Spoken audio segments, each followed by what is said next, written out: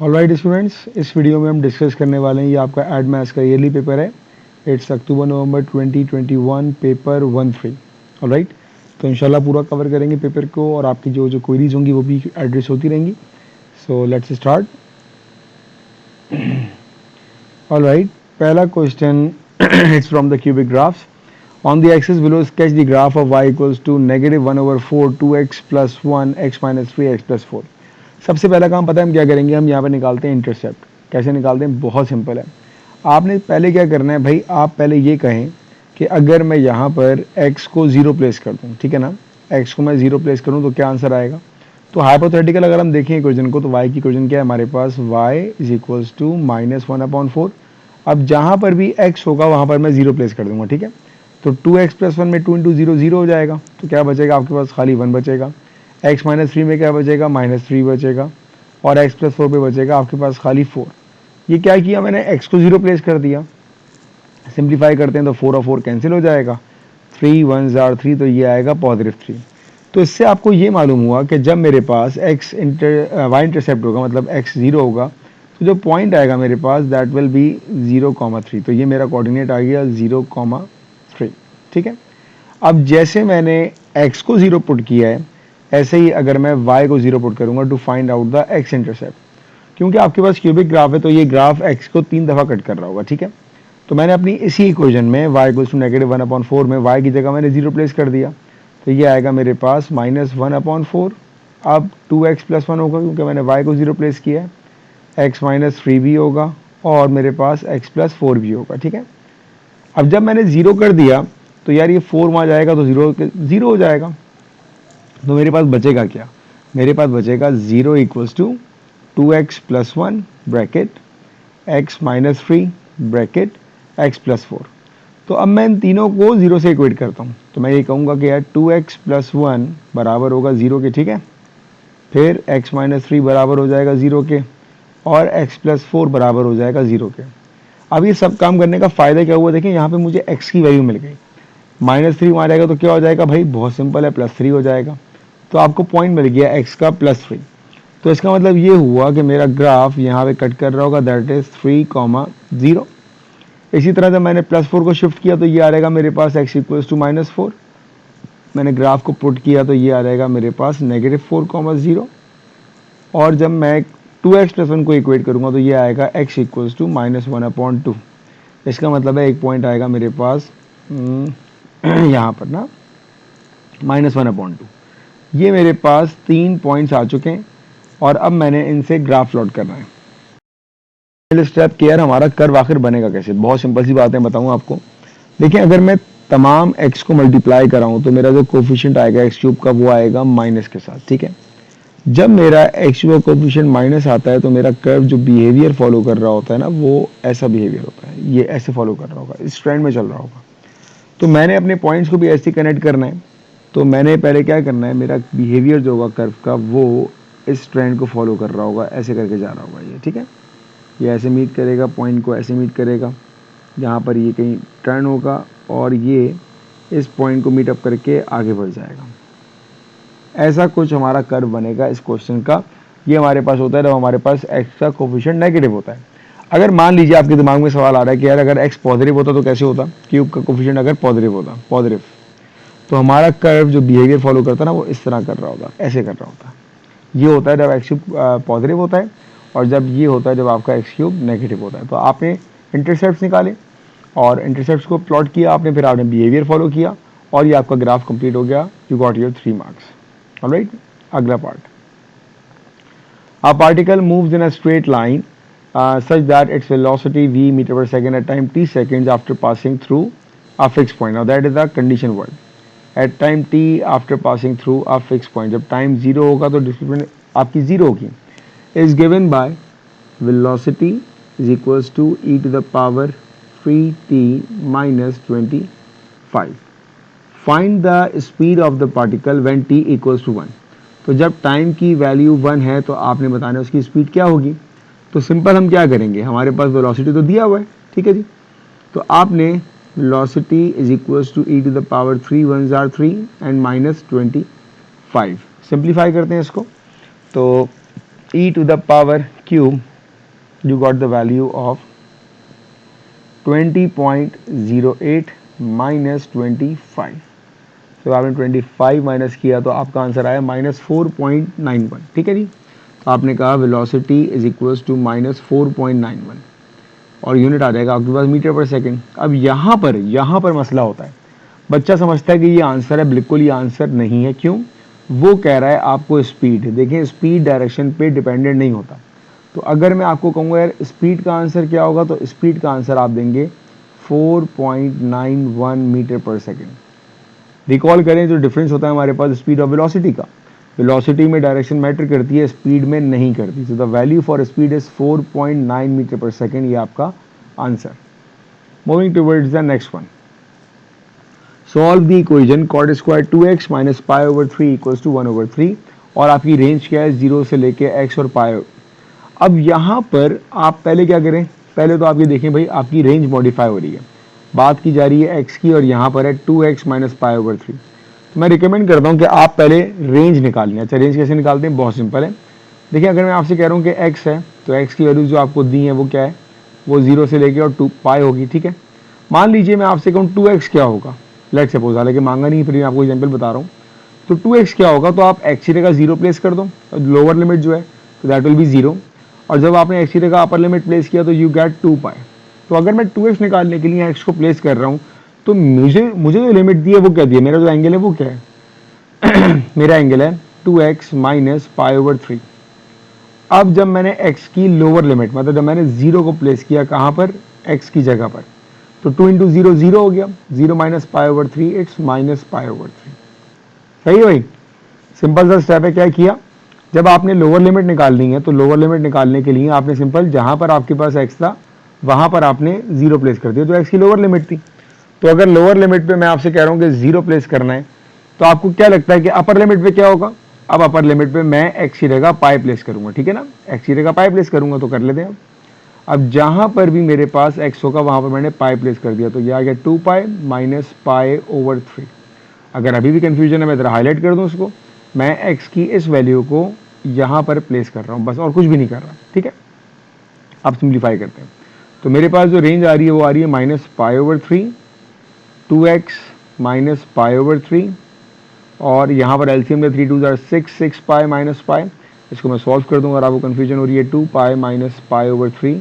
मैंने लिया यहाँ पर एलसीएम, दैट इज 3.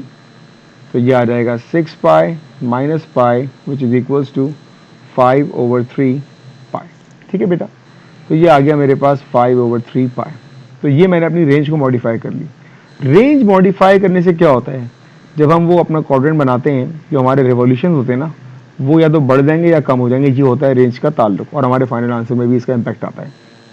अब आपने क्वेश्चन पर आ जाओ. क्वेश्चन क्या है, cot square 2x minus pi over 3 equals to 1/3. देखिए, सबसे पहला काम, आपने कभी क्या कैलकुलेटर में देखा है कॉट की वैल्यू? नहीं देखी ना, मैंने भी नहीं देखी, आज तक होती नहीं है. तो हम कॉट तो निकालेंगे नहीं, हम तो इसको 10 कर देंगे. तो जब मैं कॉट को करूंगा 10 square 2x minus pi over 3. अब ये कोई बदमाशी तो है नहीं कि आपने कर लिया तो ऐसे ही रगड़ दिया आपने क्वेश्चन को.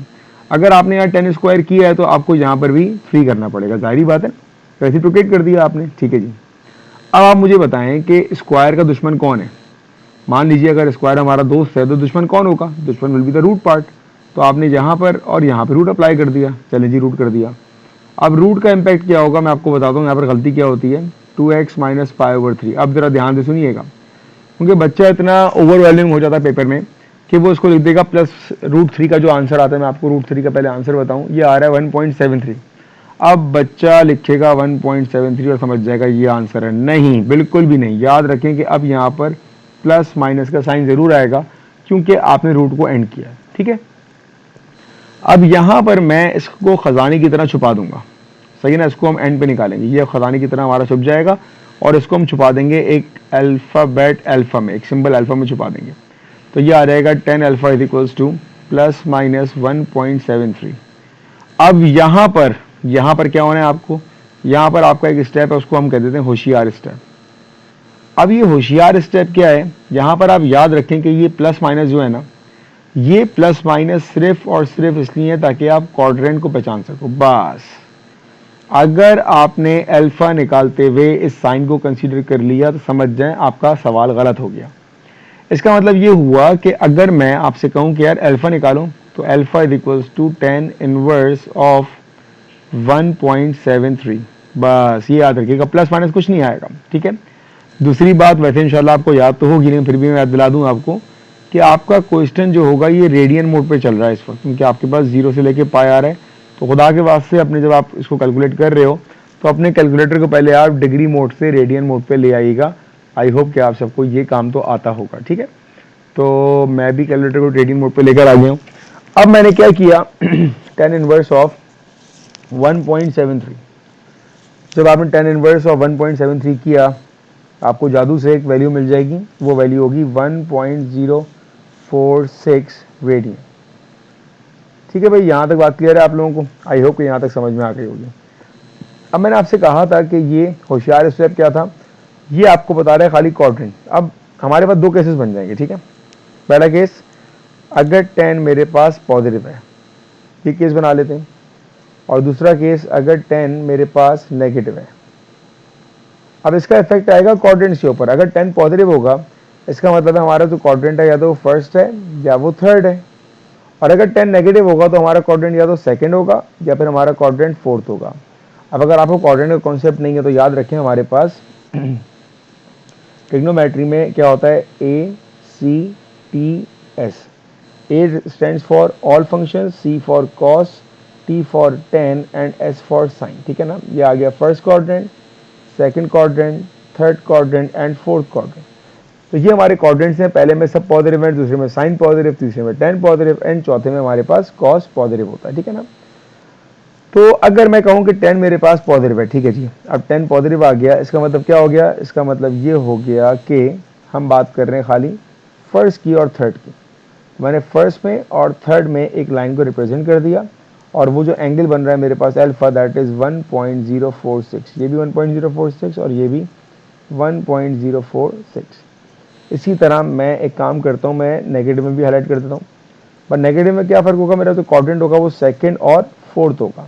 अल्फा वही है मेरे पास 1.046 और 1.046। अच्छा, ये हमारी रेंज मॉडिफाई हो चुकी है। तो अगर हम कंप्लीट रिवॉल्यूशन अगर हम करते हैं तो हमारा होता है 2 पाई ना। तो पहले तरह मैं 2 पाई की एक डेसिमल वैल्यू बता दूं आपको, 2 इंटू 3.142, ये आ रही है 6.284। मतलब एक रिवॉल्यूशन में हमारे पास 6.284 है। अब जो हमारी रेंज है वो क्या है भाई, वो है 5/3 पाई। जरा इसको भी देख कर आते हैं कि यार ये वो डेसिमल कितनी है ना, 5 पाई/3। तो ये आ रही है मेरे पास 5.24। इसका मतलब ये हुआ कि एक कंप्लीट रिवॉल्यूशन से कम है, मतलब पूरा कंप्लीट रिवॉल्यूशन नहीं है, ठीक है। चलिए जी, अब जरा आंसर निकालने पर आते हैं। पहला जो आंसर हम पॉजिटिव में बात करते हैं तो अल्फा तो हम निकाल चुके हैं, तो थीटा की वैल्यूज आई मेरे पास। हम थीटा पहले का तो सेम होगा मेरे पास, इट्स 1.046, ठीक है, कॉमा। अगर आपको ये वाला एंगल निकालना है तो क्या करते हैं हम लोग, यहाँ से स्टार्ट करेंगे, यहाँ से यहाँ तक कवर कितना किया हमने, पाई, ठीक है ना। पाई में हम ऐड कर देंगे 1.046, ठीक है बेटा। ये दो आ गए हमारे पास पॉजिटिव वाले। अब आते हैं जरा नेगेटिव वाले के ऊपर। थीटा इक्वल्स टू, अगर हमें यहाँ से ये एंगल चाहिए, मैं मार्क कर देता हूँ उसको। अगर मुझे यहाँ से ये एंगल चाहिए तो मैं सिंपल क्या करूँगा, इट्स पाई माइनस 1.046 और लास्ट वाला क्या होगा, 2 पाई माइनस 1.046, ठीक है। अब ज़रा सारे एंगल्स की वैल्यू प्लेस करते हैं यहाँ पर। तो ये आ गया थीटा इक्वल्स टू 1.046, पहला तो सेम रहेगा, दूसरा आ जाएगा 3.142 प्लस 1.046, ये आ गया 4.188। अब वहाँ पर आते हैं सेकंड वाले पर। तो 3.142 माइनस 1.046, ये आ गया मेरे पास 2.096 कॉमा 2 इंटू 3.142 माइनस 1.046, ये आ गया मेरे पास 5.24, 5.238, 5.24। अब पहली बात, अगर मैं अपनी रेंज को देखूं तो मेरी रेंज के सब अंडर में आ रहे हैं, ठीक है, ठीक है। अब यहाँ पर फोकस करें कि यार मेरे पास एक अलाउेबल वैल्यू आ रही है -5/3। मतलब क्या हुआ इसका, इसका मतलब ये हुआ कि यार क्लॉकवाइज मूवमेंट भी अलाउ हो रही है और मेरे पास फोर्थ क्वाड्रेंट भी एक्टिव है। अब ये हो गया कि मेरे पास क्लॉकवाइज मूवमेंट भी आएगी यहाँ पर, ठीक है ना, क्योंकि चौथा क्वाड्रेंट भी एक्टिव है और रेंज में मेरे पास आ रही है क्लॉकवाइज मूवमेंट।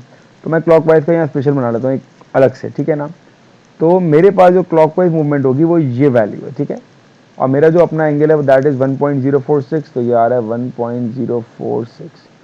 इसका मतलब ये हो गया कि मेरे पास एक और थीटा की वैल्यू है, लेकिन ये होगी -1.046। अगर आप सब यहाँ पर कंफ्यूज हैं कि क्यों किया, तो भाई बहुत सिंपल सी बात है कि यहाँ पर मुझे इसकी एक नेगेटिव वैल्यू दी हुई है, ठीक है ना। नेगेटिव पाई/3 का मतलब ये हुआ बेटा कि मेरे पास यहाँ पर क्लॉकवाइज मूवमेंट को भी अलाउ कर रहा है, clockwise negative, anti clockwise positive. अब मेरे पास काफ़ी सारे आंसर्स आ चुके हैं, ठीक है ना, लेकिन इनमें से भी कुछ आंसर हमारे कट डाउन हो सकते हैं। अब कैसे होंगे देखें। मेरा जो आंसर आया इट्स 1.046 पहला आंसर, दूसरा आया 4.18, फिर आया मेरे पास 2.096, फिर आया 5.24, ऐसा ही है। और लास्ट का जो मेरा स्पेशल आंसर था उसको मैं रेड से लिख रहा हूँ, इट्स -1.046। माइनस क्यों आ रहा है, क्योंकि हमारी क्लॉकवाइज मूवमेंट है। अच्छा, जो मैंने छुपा के रखा हुआ था अल्फा में, थीटा मेरा ये था ना 2x माइनस पाई ओवर 3, इसको अब हम प्लेस कर देंगे यहाँ पर 2x माइनस पाई ओवर 3। ये हम लोग काम करेंगे, ठीक है ना। अब आपने क्या करना है, ये पाई ओवर 3 राइट पर जाएगा सब एंगल्स में और 2 जाके डिवाइड हो जाएगा, ठीक है। तो कैसे लिखा जाएगा, अब ये ऐसे हो जाएगा बेटा। अगर मैं डायरेक्ट लिखूँ x इज इक्वल्स टू, पहला एंगल क्या है मेरे पास 1.046, पहला एंगल आ गया, माइनस पाई ओवर 3 वहाँ जाएगा तो क्या हो जाएगा प्लस पाई ओवर 3, और 2 जाके डिवाइड हो जाएगा तो ये आएगा 1/2। अब ये सबके साथ होगा, सारे एंगल के साथ होगा। मतलब दूसरा एंगल क्या था मेरे पास 4.18 प्लस पाई ओवर 3 और आंसर डिवाइडेड बाय 2, ये आ गया। तीसरा एंगल कौन सा मेरे पास 2.096 प्लस पाई ओवर 3 और जो भी आंसर आएगा वो आएगा डिवाइडेड बाय 2। उसके बाद कौन था मेरे पास 5.24 प्लस पाई ओवर 3 और जो भी आंसर आएगा डिवाइड हो जाएगा 1/2 से। और लास्ट कौन सा है मेरे पास -1.046, -1.046 प्लस पाई ओवर 3 और होल आंसर डिवाइड हो जाएगा 1/2 से। अब ज़रा इन सब की वैल्यूज निकालना स्टार्ट करते हैं। तो 1.046 प्लस 3.142, नहीं ऐसे नहीं होगा, डिवाइड में लिखना पड़ेगा, प्लस 3.142 डिवाइडेड बाई 2, और जो आपका आंसर आएगा उसको डिवाइड बाई 2 कर दिया आपने, तो you got the first value it's 1.3, मेरे पास 1.046, ठीक है, ये पहले का आंसर आ गया। इस तरह इसको सॉल्व करते हैं, 3.142 डिवाइडेड बाय 3 प्लस 4.18 और डिवाइडेड बाय 2, इसका आंसर कितना आ रहा है मेरे पास इट्स 2.61, ठीक है, ये आ गया 2.61। बाकी को सॉल्व करते हैं, ये आएगा मेरे पास third one pi 3.142 divided by 3, ये कर लिया। जो भी आंसर आया इसमें आपने प्लस किया 2.096 और जो भी आंसर आया उसको आपने डिवाइड बाय 2 कर दिया, दैट इज इक्वल्स टू 1.57। उसके बाद नेक्स्ट पर आते हैं हम लोग, ये आया ये वाला पाई ओवर 3, ठीक है ना। तो पाई ओवर 3 आपने किया 3.142 डिवाइडेड बाय 3, जो भी आपका आंसर है उसमें आपने ऐड किया 5.24 को और जो भी आपका आंसर है उसको आपने हाफ कर दिया, so that is equals to 3.143, 3.143। अच्छा लास्ट पर आते हैं, तो मेरा ख्याल है कि तो कैंसिल हो जाएगा, लेकिन let's see 3.142 divided by 3 it's 1.0, हाँ ये कैंसिल हो जाएगा। तो ये जो आपका आंसर आएगा लास्ट वाला that is equals to 0, alright, ये आपका आंसर 0 आ गया। तो ये मेरे जो आंसर आ रहे थे, ये मेरे पास आंसर आ रहे थे एक्स के। अच्छा एक्स की आपको रेंज क्या दिया क्वेश्चन में, अगर आप देखो तो आपको एक्स की रेंज क्या दी है 0 से लेके पाए। पाए का मतलब ये हुआ बेटा कि आपका आंसर एक्स का 3.142 और 0 से स्टार्ट होगा। तो मैं देखूंगा मेरे पास कोई ऐसा आंसर तो नहीं है 3.142 को क्रॉस कर रहा हो, तो ये जो आंसर है मेरे पास 3.143 ये क्रॉस कर रहा है मेरे पास पाए को, आंसर मेरा रिजेक्ट हो जाएगा, मेरी एक्स की रेंज से बाहर जा रहा है। तो फाइनल जो आप एक्स के आंसर दोगे, जो आपका फाइनल आंसर होगा पेपर में, उसको आप हमेशा असेंडिंग ऑर्डर में दोगे। तो मेरा पहला आंसर आ रहा है 0, फिर मेरा आ रहा है 1.046 को मैंने राउंड ऑफ कर दिया, 1.05 कर दिया, फिर आ रहा है 1.57 और लास्ट मेरा आ रहा है आंसर 2.62। ये मेरे फाइनल आंसर्स हो रहे हैं जो मेरे एक्स के आंसर आ रहे हैं, ठीक है ना। तो ट्रिग्नोमेट्री में याद रखें आप, मैं टिप दे रहा हूँ आपको ट्रिग्नोमेट्री में जब भी आप इक्वेशन सॉल्विंग कर रहे हो आपने रेंज को फोकस करना है। ये चीज़ ऐसी है बेटा, बच्चों की दो माँ गलत कर देती है। तो आपने रेंज पे फोकस करना है। अगर आपकी रेंज मॉडिफाई हो रही है तो आपके रिवॉल्यूशन जो आपकी टर्न्स होती हैं वो आपकी बढ़ जाएंगी या फिर कम हो जाएंगी। ऑलराइट, आगे देखते हैं भाई। Find the first three terms in ascending power of X square in the expansion of, ये दिया हुआ है आपको। Write your coefficients as rational numbers, मतलब आपको रेशियो की फॉर्म में आंसर देना है इसका, ठीक है। Find the first three terms. Binomial का फॉर्मूला याद है, बहुत अच्छी बात है। अगर याद नहीं मैं आपको बता देता हूँ। यहाँ पर फॉर्मूला क्या होता है हमारे पास, a plus B to the power n, a to the power n plus n combination 1, a to the power n minus 1 b1 plus n combination 2 a to the power n minus 2 b square and so on. अब हम एक बात पढ़ते हैं कि अगर हमारे पास formula जो है वो माइनस का हो तो हमारे ऑल्टरनेट साइन चेंज हो जाएंगे ना, प्लस माइनस प्लस और फिर ये माइनस और फिर चलता रहेगा, ऐसे होगा, ठीक है। अच्छा, मेरे पास a की वैल्यू क्या है, a इज़ 1/2। मेरे पास b की वैल्यू क्या है, b इज़ 2/3 एक्स स्क्वायर। और मेरे पास n की वैल्यू क्या है, n इज़ 8 और मुझे जाना है फर्स्ट थ्री टर्म्स, ठीक है जी। स्टार्ट करते हैं। तो मैंने कहा a to the power n, a क्या है मेरे पास 1/2, तो पहला होगा 1/2 to the power n is what, n is 8 minus n combination 1 तो 8 combination 1, a to the power n minus 1 तो 1/2, 8 minus 1 is 7 and b to the power 2/3 x square power 1। First term second term एक और term तक जाना है, plus 8 combination 2, a to the power 8 minus 2 is 6 and b to the power 2। ये आपका आ गया। अब आपने सिंप्लीफाई किया, सो 1/2 टू द पावर 8 हम निकाल लेंगे कैलकुलेटर से, that is 256। So 1/256 minus 8 combination 1 तो हमारे पास 8 ही होता है, ये आएगा 1/2 to the power 7 times 2/3 x square plus 8 combination 2 का आंसर क्या है हमारे पास 28। तो 8 कॉम्बिनेशन 2 28 आ गया, 1/2 पावर 6, 2 का स्क्वायर 4, 3 का square 9 X to the power 4 plus ये आपका हो जाएगा, ठीक है ना। अच्छा, प्लस नहीं आएगा, माइनस आएगा, ठीक है बेटा। अब इसको हम मज़ीद सिंप्लीफाई कर लेंगे। आपने सिंप्लीफाई किया इसको, आगे ये हो जाएगा 1/256 minus 8 into 2 16 divided by 3 divided by 2 power 7 leads to 1/24। तो ये आएगा X square divided by 24 plus ये हो जाएगा 28 divided by 2 power 6 multiply by 4 divided by 9। तो आपके कैलकुलेटर में डायरेक्ट आंसर आ जाएगा, it is 7x4 divided by 36।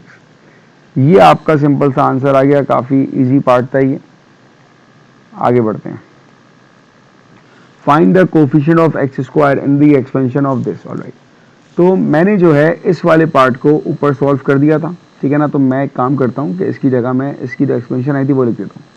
Expansion आई थी 1/256 minus x square divided by 24 plus 7x4 divided by 36। ये इसकी एक्सपेंशन हम निकाल चुके थे, ठीक है। अच्छा, अब जो ये ब्रैकेट है मेरे पास, ये आइडेंटिटी से एक्सपेंड हो रहा है, a plus B whole square. याद नहीं, आइडेंटिटी मैं अप्लाई कर रहा हूँ, यहाँ पर देखिएगा। अगर आपके पास लिखा होता है a plus B whole square तो ये बराबर होता है a square plus 2ab plus B square, ठीक है। तो मेरे पास जो आइडेंटिटी है वो क्या है, मेरे पास हो जाएगा 2x plus 1/x whole square. इसका मतलब हो गया a square plus 2ab plus B square, और a की जगह आएगा 2x और b की जगह आएगा मेरे पास 1/x, ठीक है भाई। तो अब जो इसकी एक्सपेंशन आएगी उसको मैं यहाँ लिख रहा हूँ मेन आंसर में, that is 4x square plus 2 2 ज़ार 4। अच्छा, यहाँ पर आप नोट करो तो ये x और x कट जाएगा, ठीक है। और क्या आएगा मेरे पास 1/x स्क्वायर। अब आपको किसको ढूंढना है, किसकी तलाश है हमें यहाँ पर, हमें तलाश है कोफिशिएंट ऑफ एक्स स्क्वायर। अब आपको सोचना पड़ेगा कि मैं किसको किससे मल्टीप्लाई कराऊं तो मेरे पास एक्स स्क्वायर आ जाए। एग्जाम्पल देखें, अगर मैं 1/256 को मल्टीप्लाई कराऊँ 4x² से, तो जो आंसर आएगा उसमें x² आएगा ना, तो ये आएगा 4/256। ये मेरी पहली टर्म हो गई जहाँ पर x² आ रहा है, क्योंकि हमें खाली x² का कोफिशिएंट निकालना है तो हम इसको मल्टीप्लाई कर देंगे। दूसरी बात, अगर आप ये ऑब्जर्व करो कि मैं x² अपॉन 24 को मल्टीप्लाई करा दूँ 4 से, तो अभी तो मेरे पास खाली x² आएगा, तो ये आएगा -4/24 प्लस, अगर मैं इन दोनों को मल्टीप्लाई कराऊँ जो मेरे रह गए 7x 4/36 को 1/x² से, तो x² और x4 कैंसिल कर देगा, तो बनेगा मेरे पास x² दैट इज 7/36। ये सारी वो टर्म्स हैं जहाँ पर मेरे पास x² आ रहा हूँ। इसको हम सिंप्लीफाई कर लेते हैं, सिंपल कैलकुलेटर में प्लेस करते हैं। 7/36 माइनस 4/24, ठीक है, और जो आंसर आएगा प्लस हो जाएगा ये 4/256 में। तो आपने इसको सिंप्लीफाई किया and you will get the value 25/576। ये आपका सिंपल सा इसका आंसर आ गया। Alright, next one, question number 5। Geometric progression is such that, question आ गया सीरीज का।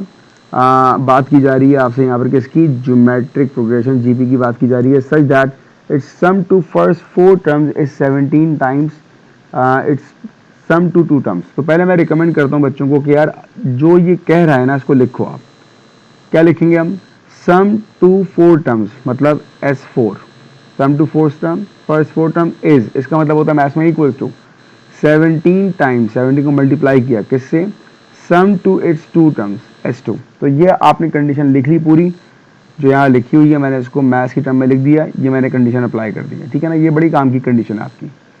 It is given that the common ratio of the geometric progression is positive and not equal to 1। मतलब अगर आपकी r की 2 values आएंगी तो उसमें आप खाली पॉजिटिव लोगे, और 1 अगर आएगी तो आप उसको रिजेक्ट कर दोगे। Find the common ratio of this geometric progression.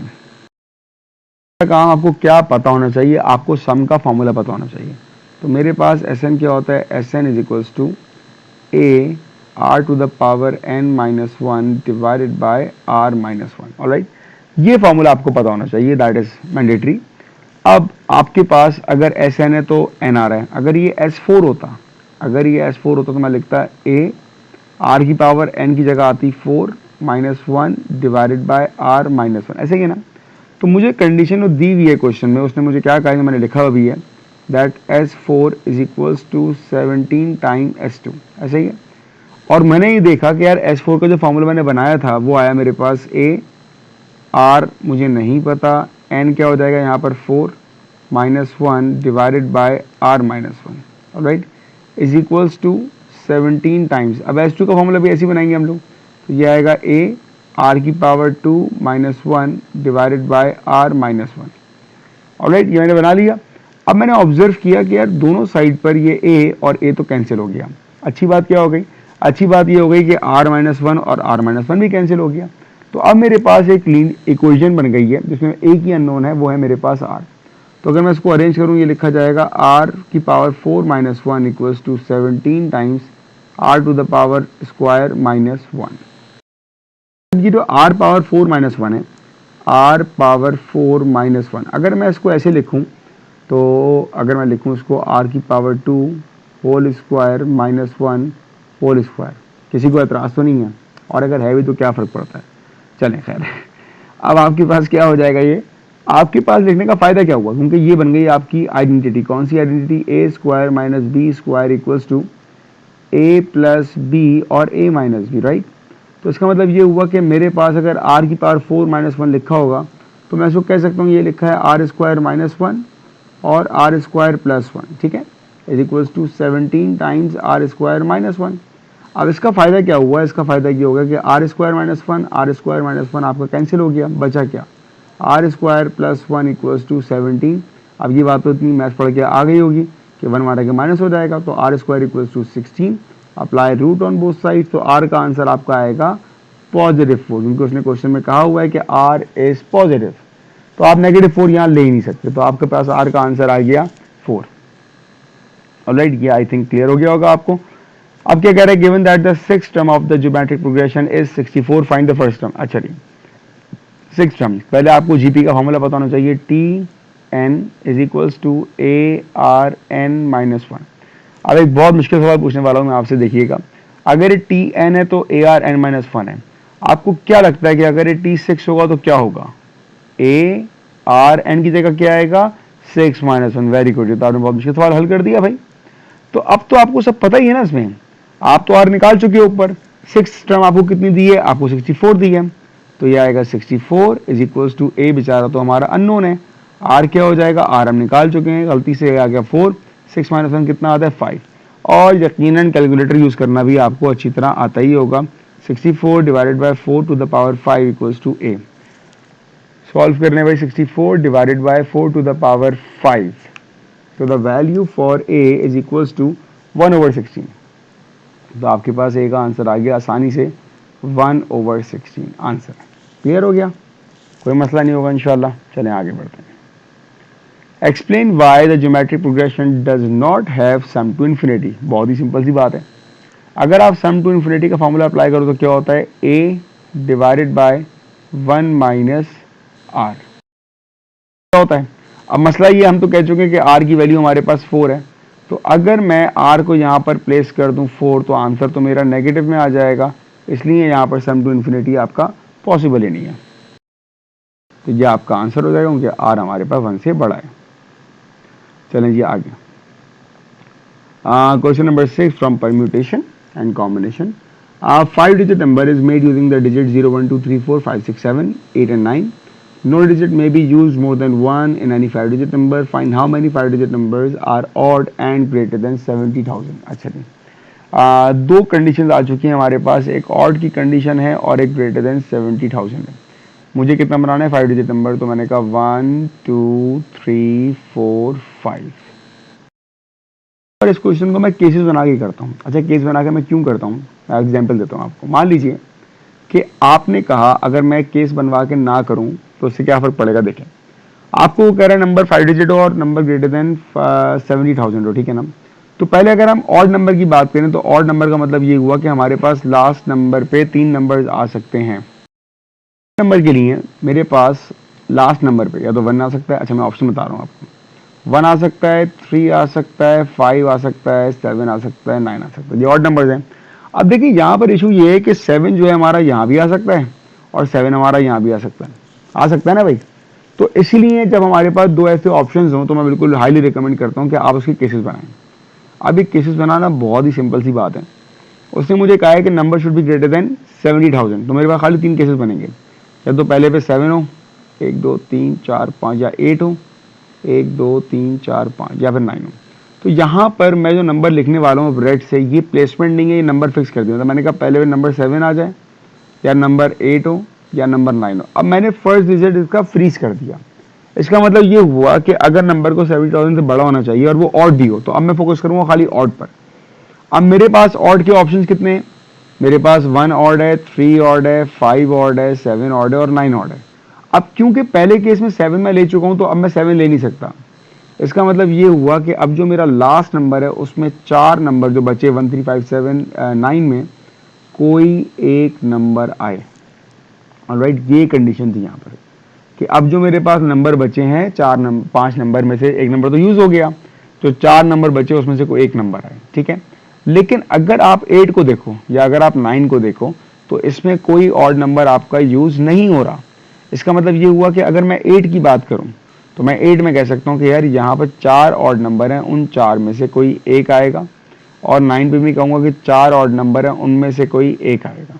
आ गया भाई? अच्छा, अब आप मुझे ये बताओ कि आपके पास नंबर कितने नंबर हैं फ्रॉम 0 to 9। चलिए मैं लिख लेता हूँ यहाँ पर 0 1 2 3 4 5 6 7 8 9। उस 9 में से आपने एक नंबर 7 यूज कर लिया, एक नंबर यूज हो गया, एक नंबर यहाँ यूज हो गया। अब नंबर कितने बच गए आपने? मैंने कहा 2 नंबर यूज हो गए। मान लिया हम पहले किसकी बात करते हैं, 7 भी यूज हो गया और एक let suppose odd number use हो गया। अब बचे कितने? 1 2 3 4 5 6 7 8, 8 बचे। 8 में से कोई भी कहीं आ सकता है। यहाँ पर बताऊं कि यार ये जो मेरे पास दो प्लेसेस है ना, ये हो जाएंगी 8 P 2। ये बात समझ में आई? अच्छा जी, यहाँ पर जब मैं 8 को सिलेक्ट कर रहा हूँ ना, तो मेरे पास यहाँ पर 5 नंबर्स है ना, 1 3 5, हाँ 5। तो यहाँ पर 5 में से कोई एक आएगा, ठीक है, 5 में से कोई एक आ गया। अब मेरे पास 8 पे क्या होगा, ये जो नंबर्स हैं इनकी पहले बात की जाए, तो यहाँ पर 8p 3 था, ठीक है ना, हम 3 नंबर सेलेक्ट कर रहे हैं। अच्छा, यहाँ पर भी हम क्या कर रहे हैं, वही बात, एक नंबर 8 यूज हो गया, एक नंबर ऑड यूज हो गया, अब ये आया 8p3। लेकिन ये जो मल्टीप्लाई होगा ये होगा 5p1, क्योंकि जब पहला नंबर मेरे पास 8 आ रहा है तो 5 के 5 नंबर मेरे फ्री हैं, ऐसा ही है ना। लेकिन जब पहला नंबर 9 आ गया, अब वही वाली बात कि 9 यूज हो चुका है तो 9 एंड पर नहीं आएगा, तो इसीलिए 4p1 हुआ। तो मैं ज़रा सबकी वर्किंग लिखूँ। अब ये हो जाएगा 8p3 मल्टीप्लाई बाय 4p1, ये पहला केस हुआ। दूसरा केस क्या हुआ, 8p3 मल्टीप्लाई बाय, यहाँ पर 4p1 नहीं है, यहाँ पर 5p1 होगा, प्लस लास्ट वाला केस क्या हो जाएगा, यहाँ भी वही चीज़ होगी मेरे पास 8p3 और मल्टीप्लाई बाय 4p1। ये बने मेरे सारे केसेस ना।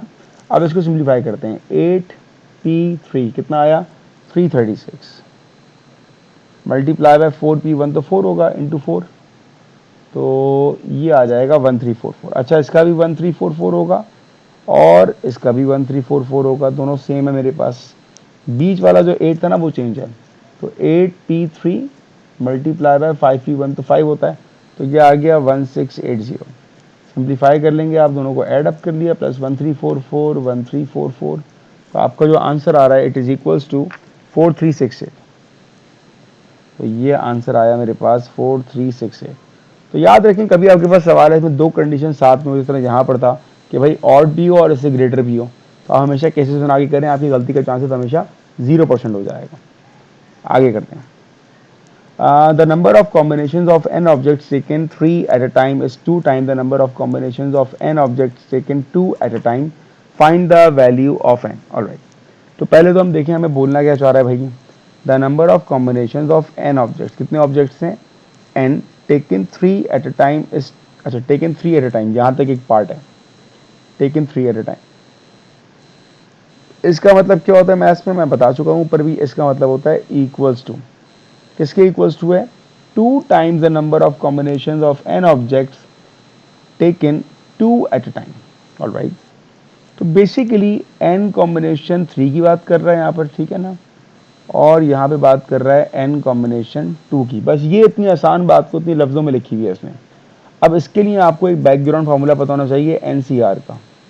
NCR क्या होता है, n factorial divided bye r factorial multiply by n minus r factorial, ये होता है ना। इसको अप्लाई करें, जब मैं इस पे पार्ट पे अप्लाई करूंगा, ये आएगा n factorial divided by 3 factorial into n minus r factorial is equals to, ये हो जाएगा n factorial divided by 2 factorial into n minus 2 factorial. ये आपने अप्लाई कर दिया। अब सिंप्लीफाई करें इसको, तो भाई ये मेरे पास, अच्छा एक कंडीशन क्या आती है यहाँ पर कि वो जो है वो 2 टाइम्स है ना, तो ये 2 से मल्टीप्लाई होगा इस कंडीशन की वजह से, जिसको मैं हाईलाइट कर देता हूँ। 2 टाइम्स था तो इसलिए 2 मल्टीप्लाई हो गया, ठीक है। अब आपके पास क्या हो जाएगा भाई, अब सिंपल है, n फैक्टोरियल और n फैक्टोरियल कैंसिल हो गया, आपका बचा क्या, 1 upon, now what is 3 factorial, 3 factorial is 3 2 or 6 times n minus 3 factorial, ये n माइनस 3 है, ठीक है, is equals to 2 divided by 2 factorial 2 होता है और n माइनस 2, और ये आ गया फैक्टोरियल। सिंप्लीफाई करते हैं इसको, तो ये आएगा मेरे पास n माइनस 2 n, अच्छा ठीक है। अगर मैं n माइनस 2 को ब्रेक करूं, अब मुझे बताएं फैक्टोरियल का मतलब क्या होता है, आप सबको पता होगा, n factorial is n minus 1 n minus 2, और ये चलता रहेगा इसी तरह। तो n माइनस 2 फैक्टोरियल क्या होगा, n minus 2 n minus 3 n minus 4 and so on. तो मैंने कहा n माइनस 3 फैक्टोरियल। अब यहाँ पर ये स्टेप को मॉडिफाई करना, ये बड़ा इंपॉर्टेंट था यहाँ पर, ठीक है। क्यों, क्योंकि ये और ये हो गया कैंसिल, 2 और 2 हो गया कैंसिल, बचा क्या आपके पास, आपके पास बचा n माइनस 2 इक्वल्स टू 6, तो you got n equals to 8। तो इस क्वेश्चन में आपको इस फॉर्मूले की बैकग्राउंड नॉलेज, इस पर अच्छी कमांड होनी चाहिए आपको पता हो कि मैं फैक्टोरियल को कैसे रिप्रेजेंट करता हूँ। मैं आपको एग्जांपल दूं, मान ले लिखा होता है n माइनस 4 फैक्टोरियल, तो अगर आपको उसको एक्सपेंड करना हो तो आप करते हैं n-4, n-5, n-6, n-7, n-8, मतलब आप इसके आगे फैक्टोरियल लगा दो तो ये कंटिन्यूशन में हो जाएगा। तो ये चीज़ आपको अच्छी तरह यहाँ पर पता होनी चाहिए, ठीक है। आगे बढ़ते हैं। Question number 7 from circular measure. Diagram shows the circle center O, radius 10. The point AB and P lie on the circumference of the circle. The chord AB is of length 14. Chord की आपको length मालूम है 14. The point Q lies on AB and the line POQ is perpendicular to AB. POQ, अच्छा ठीक है, perpendicular to AB. Show that angle POA is 2.36 radians. Correct to 3 decimal places. आपको यहाँ पर कॉर्ड की लेंथ मालूम है ए बी, ये आ गया आपके पास 14। तो मैं तो रिकमेंड करता हूँ कि पहली चीज़ है ना, आप डायग्राम में मेंशन किया करें अपनी फिगर्स और नंबर्स को। तो मेरे पास ए से लेके बी की जो लेंथ है, the chord of length A B is 14, तो मैंने कहा यार ये लेंथ मेरे पास आ गई है 14। मुझे 90 भी पता है और मुझे रेडियस भी पता है 10। रेडियस यहाँ पे बड़ा अहम किरदार अदा करेगा, तो ये भी 10 आ गया और ये भी 10 आ गया। अच्छा जी, ये अगर मेरे पास टोटल 14 है तो ये धारी बात दोनों डिवाइड हो जाएंगी, तो ये हो जाएगा मेरे पास 7। अब अगर मैं ट्राइंगल अलग से बनाऊं तो मेरे पास एक पॉइंट ओ है, ओ से जा रहा है ए रेडियस, ठीक है, आपको भी नज़र आ रहा होगा। और ये ट्राइंगल है जहाँ पर 90 बन रहा है, ये पॉइंट क्यू कहा हुआ है इसने मुझे, ठीक है ना। ये मैंने कह दिया 7 है और ये मेरे पास 10 है। मुझे निकालना क्या है पी ओ ए, तो मुझे निकालना है एंगल पी ओ ए। अच्छा जी, एंगल मुझे चाहिए ये जो मैं मार्क कर रहा हूँ पी ओ ए का, लेकिन इस एंगल को निकालने के लिए पहला काम मैं ये करूँगा कि ये एंगल निकाल लूँगा जिसको मैं रिप्रेजेंट कर रहा हूँ अभी एक्स है। एक्स ये वाला एंगल होगा जो मैंने यहाँ बनाया हुआ ट्रायंगल छोटा सा। अब ये एक्स निकालने के लिए आप इजीली ट्रिग्नोमेट्री अप्लाई कर सकते हो, ठीक है जी। तो मैंने कहा कि मैं अगर एक्स निकालना चाहता हूँ तो ये आएगा sine x is equals to opposite upon hypotenuse. Make sure कि आपका कैलकुलेटर यहाँ पर रेडियन मोड पर होना चाहिए, ठीक है जी। तो आपने क्या किया 7 डिवाइडेड बाय 10 और उसका साइन इनवर्स कर लिया आपने चुपके से, तो ये आ जाएगा 0.775। सो you got the value of x 0.775, ठीक है ना। लेकिन ये तो फाइंड ही नहीं करना। अब जो आपको एंगल फाइंड करना है, लेट्स सपोज कि ये y, बट मुझे पता है कि यार ये तो स्ट्रेट लाइन है, तो अगर मुझे y निकालना है तो अब तो आप समझ गए होगे कि मैंने पाई में से, क्योंकि पाई 180 डिग्री होता है, माइनस करना है 0.775 जो मेरा x का आंसर था। तो 3.142 में से आपने माइनस कर दिया, so you got the value of y which is 2.366 radians, जो कि आपको शो करना था। ऑलराइट, तो पहला पार्ट तो आपका हो गया। आगे देखते हैं अब। Find the area of the shaded region, ठीक है जी। अब शेडेड रीजन का एरिया अगर आप देखो तो आपके पास क्या है भाई, ये एक पूरा शेप जो है जिसमें आपके पास क्या आ रहा है, ये आपके पास एक ट्राइंगल सा बन रहा है, ठीक है, ये ट्राइंगल आ रहा है और ये एक सेक्टर बन रहा है आपके पास, ठीक है बेटा। तो ट्राइंगल और सेक्टर का एरिया निकालना है मुझे यहाँ पे। पहले तो स्टार्ट करते हैं एरिया ऑफ ट्राइंगल। कौन सा ट्राइंगल है भाई, इसको एक काम करता हूँ मैं कलर कर देता हूँ। मेरे पास ये ट्राइंगल आ रहा है एक, ये ट्राइंगल आप सबको नज़र आ गया होगा, आराम से नज़र आया होगा, ठीक है ना। तो ये आपके पास आ गया ट्राइंगल, प्यारा सा ट्राइंगल बना दिया मैंने, ठीक है। तो मैं कहता हूँ कि इसको पी ओ ए, ट्राइंगल पी ओ ए, ट्राइंगल ये रहा। Area of a triangle, working formula क्या होता है, हमें चाहिए होती हैं दो साइड्स, हाफ ए बी और उनके बीच का एंगल साइन सी, ठीक है ना। अब वो दो साइड जो हमारे पास है वो कौन सी है भाई, वो तो रेडियस है। अब ये याद रखिएगा कि अगर ये लाइन मेरे पास रेडियस होगी तो ये भी तो रेडियस होगी, that is the part of triangle, और ये सेंटर टू सर्कमफेरेंस चल रहा है मेरा। तो मेरी दो साइड से हो गई हैं 10 और 10, और एंगल वो होगा जो आप फर्स्ट पार्ट में निकाल चुके हो, दैट इज 2.366। अभी सिंप्लीफाई करते हैं इसको, तो साइन 2.366 मल्टीप्लाई बाय 10 5 आर 50, तो that gives you the value of 34.985, 34.985 centimetre square. ये आ गया आपके पास एरिया ऑफ सेक्टर। ऑलराइट, जब आपके पास एरिया ऑफ सेक्टर आ गया, सॉरी ट्राइंगल, मैं बार बार सेक्टर कह रहा हूँ, एरिया ऑफ ट्राइंगल आ गया, सॉरी एरिया ऑफ ट्राइंगल, ठीक है। जब आपके पास एरिया ऑफ ट्राइंगल आ गया, अब आपको निकालना है area of sector. Area of sector को हम कर देते हैं ग्रीन कलर, ठीक है ना। ये पूरा जो मेरे पास शेप आ रहा है, that is the area of a sector. अब आपने पहले घबराना नहीं है कि भाई इसका तो हमें एंगल ही नहीं पता, हम एंगल कैसे निकालेंगे। तो एंगल पता है, लेकिन वो अभी आपके साथ हाइड एंड सीक खेल रहा है, तो आपने जस्ट उसको पकड़ना है तो आपको पता लग जाएगा अच्छा कैसे निकालना है। देखें, आपने ये एक्स निकाला था, ये वाला कहाँ गया माउस मेरा, ये कहाँ है भाई, हाँ ये आ गया, ये आपने एक्स निकाला था ना बेटा, जो ये एक्स होगा वो ये एक्स होगा, तो आप सिंपल सी बात है आप बोलोगे भाई ये वाला भी एक्स ही होगा, आइसोसेलेस ट्रायंगल है मेरे पास, रेडियस है, तो ये आ गया एक्स। इसका मतलब इसकी वैल्यू मेरे पास आ चुकी है 0.75। तो भाई ये वाई का एंगल भी तो सेम होगा, तो आपके पास जो ये एंगल है वो तो सेम होगा जो आप निकाल चुके हो, इट्स 2.366। तो अब आपने सिंपल क्या करना है, आपने एरिया ऑफ सेक्टर का फॉर्मूला अप्लाई करना है, and area of sector is what, it's 1/2 r square theta. पास रेडियस की वैल्यू तो मेरा ख्याल है 10 थी, देख लेता मैं, हाँ 10 थी, और थीटा मेरा सेम होगा, तो ये आ जाएगा 10 और ये आएगा 2.366। सिंप्लीफाई करते हैं इसको, तो ये आएगा 10 का square 100 multiply by 3.2.366 and then divided by 2, तो you got the value of 118.3। अब एक बहुत ही ज़्यादा मुश्किल सवाल पूछने वाला हूँ मैं आप लोगों से, तैयार हो जाएं। अब मैं आपसे कहूँ कि यार ब्लू का एरिया ये आ गया जो हमने किया था, ग्रीन का एरिया ये आ गया, आपको क्या लगता है टोटल एरिया क्या आएगा? ओहो, बिल्कुल सही बता दिया आपने तो। Yes, for total area you need to add these two.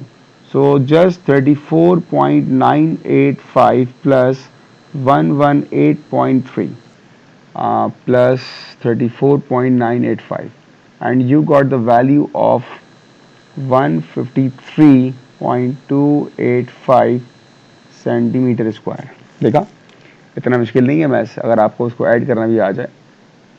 So that gives you the value of area 153.28, जिसको हम राउंड ऑफ कर देंगे तो ये हो जाएगा 153 सेंटीमीटर स्क्वायर। ये आपका आंसर आ गया, ठीक है। आई होप कि आपको क्लियर हो गया होगा, बेसिक से बड़ा आसान सा सवाल था ये। आगे बढ़ते हैं भाई। Find the perimeter of the shaded region. Alright, for perimeter part, ऐसे पेरीमीटर क्या होता क्या है, पहले मैं आपसे ये पूछूं तो आप सबके दिमाग में आ जाएगा यार it's sum of all sides, right. So what is perimeter part? Perimeter में यहीं पे वर्किंग कर रहा हूँ इसकी। Perimeter is sum of all sides. But मेरा एक मासूमाना सवाल है, हम कहते हैं सम ऑफ ऑल साइड्स, भाई कौन सी साइड्स हैं ये कौन सी साइड्स होंगी, पहले ये तो पता हो आपको। तो याद रखिएगा the boundaries of the shaded portion, right. What are the boundaries of shaded portion? तो फर्स्टली आपको चाहिए द लेंथ ऑफ एपी, ये है बाउंड्री शेडेड पोर्शन की, and you need to find the length of this arc part, जिसको मैं length को shade करूँ ना, ये वाली पी बी वाली लेंथ को, ये चाहिए आपको, ऑलराइट। और आपको ये ओ से लेके बी चाहिए। तो ये जितनी मैंने रेड कलर की शेडिंग की है ना, ये लेंथ मुझे चाहिए फॉर पेरीमीटर, ऑलराइट। तो पहली बात हमें निकालनी है लेंथ ऑफ एपी। तो लेंथ ऑफ एपी निकालनी है अगर मुझे, तो मेरे पास क्या है, दोनों साइड मेरी बराबर है, ठीक है। तो मैं यहाँ पर लॉ ऑफ कोसाइन भी अप्लाई कर सकता हूँ, वो भी मेरे लिए पॉसिबल होगा, लेकिन लेंथी हो जाएगा थोड़ा सा। तो मैं एक काम ये करता हूँ, मैं एक लाइन ड्रॉ करता हूँ ओ से। मैं ज़रा इस ट्रायंगल को अलग बना लूँ पहले तो, ताकि आपको समझाने में आसानी हो मुझे। तो ऐसा एक ट्रायंगल बना हुआ है मेरे पास, ये ट्रायंगल है, ठीक है। ये एंगल मैंने कहा हुआ वाई है, और ये मेरा रेडियस है 10, ये भी मेरा रेडियस है 10। एक काम ये करते हैं, हम एक लाइन ड्रॉ करते हैं 90 पर, क्योंकि आइसोसेलेस ट्रायंगल है ना, तो हमें ये एज मिल जाएगा कि हमारा एंगल वाई वो एग्जैक्टली हाफ हो जाएगा दो पार्ट्स में। तो अगर मैं y का हाफ करूं 2.366 divided by 2, 2.366 divided by 2, that is 1.183। तो मैंने एंगल कैसे निकाल लिया, एंगल मैंने कहा y/2 which is equals to 1.183, 1.183, ठीक है बेटा। तो ये जो एंगल है मेरे पास ये आ जाएगा 1.183, और आपको मैं कह रहा हूँ कि आपने निकालनी क्या, आपने ये लेंथ a निकालनी है, ठीक है ना, क्योंकि ये a और ये a मेरे पास इक्वल हो जाएगी आइसोसेलेस ट्रायंगल की वजह से। तो अब ये a निकालने के लिए मैं क्या अप्लाई करूंगा, मैं अप्लाई करूंगा साइन। तो मैं करूंगा, ये आ जाएगा साइन, एंगल आ गया था मेरे पास 1.183, अपोजिट को मैंने a बोला है, एंड हाइपोटेन्यूज इज 10। सिंप्लीफाई करते हैं इसको, साइन लिया आपने इसका और मल्टीप्लाई कर दिया आपने 10 से, तो ये आ जाएगा 9.25, मतलब a का आंसर आ जाएगा 9.25। तो पूरी लेंथ आपको मिल गई इसकी, सिंपली आपने 2 से मल्टीप्लाई कर दिया 18.5। So the length of AP is equals to 18.5। ये पहली चीज हो गई। उसके बाद आपको निकालनी है arc length of PV। Sorry, तो arc length of PB, working formula क्या होगा हमारे पास, S is equals to R theta होता है, ठीक है ना। तो रेडियस क्या है, रेडियस हमारे पास 10 है, थीटा हम निकाल चुके थे, दैट वाज 2.366, सिंप्लीफाई किया आपने, सो you got the value of 23.66। तो बेटा इसका आंसर आ गया मेरे पास 23.66, ठीक है, और इसका आंसर आ गया मेरे पास 18.5। ऑलराइट, फाइनल आपकी लेंथ कौन सी थी, 10 थी। तो बेटा मैं आपसे कहूँ पेरीमीटर क्या होगा, वही वाली बात, it's the sum of all sides. कौन सी side, the boundaries of the shaded portion. तो मेरी एक लेंथ आ गई 18.5, एक आ गया 23.6 और एक आ गया 10। मैं लिख दूँ 18.5 23.66, ठीक है। तो हमारा आंसर क्या आ जाएगा इसका, 18.5 प्लस 23.66 प्लस 10। तो सिंप्लीफाई किया आपने इसको, it gives you the value of 52.17, ठीक है। तो आपका जो आंसर आ रहा है दैट इज, लेकिन यहाँ पर एक चीज़ हमारी रह गई, लेंथ ऐड करना। कौन सी लेंथ है, गौर से देखिएगा ज़रा। जो आपका शेडेड पोर्शन है वहाँ पर आपकी ये वाली लेंथ भी तो है, ठीक है, ये वाली लेंथ भी आएगी आपकी। तो सिंपल आपके आंसर में अब क्या होगा, आपके आंसर में एक 10 और आ जाएगा अभी, ये +10 और यहाँ पर एक और +10 आएगा, क्योंकि आपकी एक लेंथ मिस थी। ये हो गया, ठीक है। अब आपने सबको ऐड किया and you will get the value is 52.2 आ रहा था, अब आ जाएगा 62.2 और आंसर ये आपका पेरीमीटर आ गया। ऑलराइट, चलें जी आगे बढ़ते हैं। The curve y equals to x square plus x minus 1 and 2y equals to 6x square, sorry x square plus 6x minus 2 intersect at point A and B। अच्छा, यहाँ पर एक कीवर्ड है, वो क्या है, इंटरसेक्ट। जब आपके पास दो लाइन इंटरसेक्ट कर रहे होते हैं ना, इसका मतलब है कि ये क्वेश्चन हो चुका है अब आपके पास साइमल्टेनियस इक्वेशन का। तो आप चाहें तो इसको नोट डाउन कर लें, कहीं पर भी लिखा हो ना आपके पास कि इंटरसेक्ट कर रहे हैं, मीट कर रहे हैं, समझ जाएं कि सवाल साइमल्टेनियस का आ गया। तो मेरे पास एक इक्वेशन क्या है, एक इक्वेशन है y is equals to x square plus x minus 1। दूसरी इक्वेशन क्या है, 2y equals to x square plus 6x minus 2। अब हम सब्जेक्ट बनाएंगे, थोड़ी लंबी हो जाएगी, हम थोड़ा शॉर्ट करते हैं इसको। मैं इस पूरी इक्वेशन को 2 से मल्टीप्लाई कर देता हूँ, तो ये हो जाएगा 2y is equals to 2x square plus 2x minus 2। क्यों किया, आप देखो यहाँ भी 2y है, यहाँ भी 2y है, तो हम दोनों को इक्वेट कर सकते हैं। तो मेरे पास इक्वेशन आ जाएगी 2x square plus 2x minus 2। ये मैंने ये वाला पार्ट उठाया, इसको मैं इक्वेट कर दूंगा इस वाले पार्ट से, x square plus 6x minus 2। कितना मेरा काम कट डाउन हो गया। अब इसको सिंप्लीफाई कर लें, 2x स्क्वायर, ये x स्क्वायर वहाँ रहेगा, माइनस हो जाएगा, that gives you x square, 2x minus 6x minus 4x minus 2 plus 2 आपको कैंसिल हो गया, इक्वल टू 0। अब क्या बनेगा, x minus 4 equals to 0. So you got the value for x is equals to 0 and you got the value of x is equals to 4। ठीक है, आपके पास जो x के आंसर आए इसको आप किसी भी इक्वेशन में प्लेस कर दो। तो लेट सपोज कि मैं अपनी ओरिजिनल इक्वेशन यहाँ पे प्लेस कर देता हूँ, ठीक है। तो मेरे पास इक्वेशन क्या थी, मेरे पास इक्वेशन थी y equals to x square plus x minus 1। जब मैंने x को 0 प्लेस किया तो ये हो जाएगा y इक्वल्स टू 0 0 माइनस 1 आ जाएगा, ठीक है, एक पॉइंट ये आ गया। और जब मैंने 4 पुट किया तो ये आएगा y इक्वल्स टू 4 का square 16 plus 4 minus 1 give you the value of 19।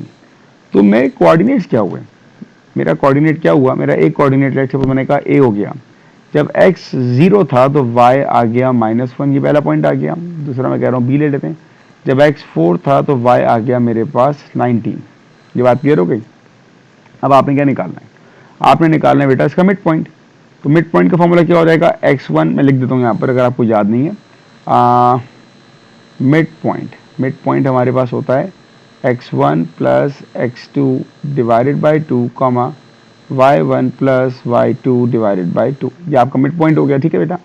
अब आपने कहा कि यार मेरे पास x1 क्या है, इसको हम ले लेते हैं x1 y1 और इसको हम ले लेते हैं x2 y2। तो ये आ जाएगा मेरे पास 0 plus 4 divided by 2 comma -1 plus 19 divided by 2। 0 plus 4 4/2 2 हो जाएगा, -1 प्लस 19 18/2 हो जाएगा 9। तो ये आपका मिड पॉइंट आ गया 2,9 जो कि आपको शो करना था, और ये आपका आंसर है पहले पार्ट का। Next part, the line L is the perpendicular bisector of A B. Perpendicular bisector, दो कंडीशन है। परपेंडिकुलर क्या बता रहा है, ग्रेडियंट आपका हो जाएगा नेगेटिव रेसिप्रोकल, ठीक है। And bisector is what, bisector represents mid point. Alright, show that the point 12,7 lies on the L. सबसे पहला काम ये करना है आपने कि आपने लाइन एल की इक्वेशन ढूंढनी है। जब आपको इक्वेशन मिलेगी ना, उसके बाद ये फैसला करेंगे कि यार ये पॉइंट इस पे लाई कर रहा है या नहीं कर रहा। तो लाइन एल के बारे में उसने कहा हुआ है perpendicular bisector of A B. तो पहला काम मुझे ये करना है, I need to find the gradient of A B. अब गलती से हमारे पास ए और बी के पॉइंट्स तो आ चुके हैं ना, ये रहा 0, -1 और 419। तो ग्रेडियंट का फॉर्मूला क्या होता है, मुझे पता है, आपको याद होगा। It's y2 minus y1 divided by x2 minus x1। x1 y1 x2 y2 मैंने मार्क किया हुआ है, तो y2 क्या है 19 minus minus plus 1 divided by 4 minus 0 0। तो ये आ जाएगा आपका 5, ठीक है। अब ये ग्रेडियंट मेरे किसी काम का नहीं है। जो ग्रेडियंट मेरे काम का होगा ना, इसमें लिख रहा हूँ रेड से, वो आएगा नेगेटिव रेसिप्रोकल। क्या मतलब हुआ कि जो आपका ग्रेडियंट था उसको आपने पलट दिया और साइन चेंज कर दिया, ये ग्रेडियंट मेरे काम का आ गया। लाइन की इक्वेशन निकालने का फॉर्मूला आपको पता है, it's y minus y1 equals to m x minus x1। अब यहाँ पर जो आपके x5 होंगे ना, वो a और b दोनों नहीं होंगे, वो a और b का मिड पॉइंट होगा, जो हम निकाल चुके हैं, जो हमने प्रूफ किया था। और मिड पॉइंट क्या था हमारे पास 2,9, क्योंकि बाइसेक्टर है बेटा। तो मैं यहाँ पर मिड पॉइंट लिख रहा हूँ, मिड पॉइंट मेरे पास है 2,9। तो ये आएगा y minus y1 is equals to m is what minus 1/5 x minus 2। सही है, क्रॉस मल्टीप्लाई कर दिया, 5y minus 5 9 or 45 equals to minus x plus 2। यहाँ शिफ्ट किया आपने, you got 5y plus x is equals to 47। That is the equation. अब जब equation आ गई, अब आपने बताना है क्या ये पॉइंट इस पर लाई कर रहे हैं। तो जब कोई पॉइंट किसी लाइन पर लाई कर रहे हैं ना, तो आप उसके कोऑर्डिनेट को प्लेस कर दो। तो सी के कोऑर्डिनेट्स क्या है मेरे पास 12,7, एक्स की जगह 12 और वाई की जगह 7 प्लेस कर दें। तो जहाँ पर भी y है वहाँ 7 आएगा, जहाँ पर x है वहाँ 12 आएगा, ठीक है बेटा। इक्वल टू 47 होना चाहिए। 35 प्लस 12, ये आ गया 47 इक्वल्स टू 47। इसका मतलब क्या हो गया, इसका मतलब हो गया कि C पॉइंट लाइन पे लाई कर रहा है, और यही आपको शो करना था। ये आपका आंसर आ गया, ठीक है जी। यहाँ तक कोई प्रॉब्लम आई होप कि नहीं हो, और यहाँ तक आपको समझ में आ गया हो कि हमें लाइन कैसे निकालनी थी, या हमें कैसे प्रूफ करना था। तो ये प्रूफ कर दिया कि आपका लाई कर रहा है, ठीक है जी। आगे आ जाए। See the point D also lies on L such that the distance of D from A B is 2 times the distance of C from AB. Find the coordinates of the 2 possible positions of D. तो पहले मैं इसको ज़रा रफली sketch करता हूँ, ताकि आपको बताने में मुझे क्लियर हो जाए कि यार क्या हो क्या रहा है क्वेश्चन में ना। तो मैंने इसका ग्राफ बनाया था क्वेश्चन में, जो मुझे डेटा दिया हुआ था, ये इसका ग्राफ है। इस ग्राफ में आपको समझाना मेरे लिए काफ़ी आसान होगा एज़ कम्पेयर टू इसको हाइपोथेटिकल हम बात करते हैं। अच्छा जी, ये ग्राफ किस चीज़ का, पहले मैं ये बता दूँ आपको। ये ऊपर जो आपको 2 इक्वेशन दी हुई थी ना, ये आपके पास उसका ग्राफ है। और ये वाला पॉइंट हमारा बी का मार्क है, ये पॉइंट हमारा नीचे ए का मार्क है, नज़र आपको आ रहा होगा, ये कोऑर्डिनेट, ठीक है। और ये हमारा मिड पॉइंट मार्क है, ये हमने सी निकाल लिया। अब जितनी कंडीशन हमें क्वेश्चन में दी हैं, वो सारी कंडीशन हमारे डी के ग्राफ के बारे में, ठीक है ना, डी पॉइंट के बारे में। में क्या कहा, distance of D from A B, distance of D from A B is 2 time the distance of C from A B. Alright, देखिए एक वो डिस्टेंस है जो सी का ए बी से है। मैं आपको अगर मार्क करूँ यहाँ पर, तो मैं इस डिस्टेंस की बात कर रहा हूँ। ऑलराइट, ये एक डिस्टेंस है जो सी का ए बी से। अब एक पॉइंट मेरा डी ऐसा है, लेट सपोज मान लीजिए कि यार ये डिस्टेंस मेरे पास है D1। ऑलराइट, तो D2 जो डिस्टेंस की हमें बात की जा रही है, D2 वो बराबर है 2 टाइम्स ऑफ D1 के। लेट सपोज मैं आपसे कहूँ कि यार ये 2 यूनिट्स है, ठीक है ना।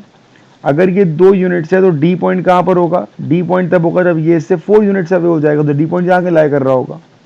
तो ये आपकी कंडीशन है कि जो पॉइंट डी होगा वो डिस्टेंस ए बी से डबल होगा एज कम्पेयर टू वो डिस्टेंस जो सी का इस लाइन ए बी से चल रहा है।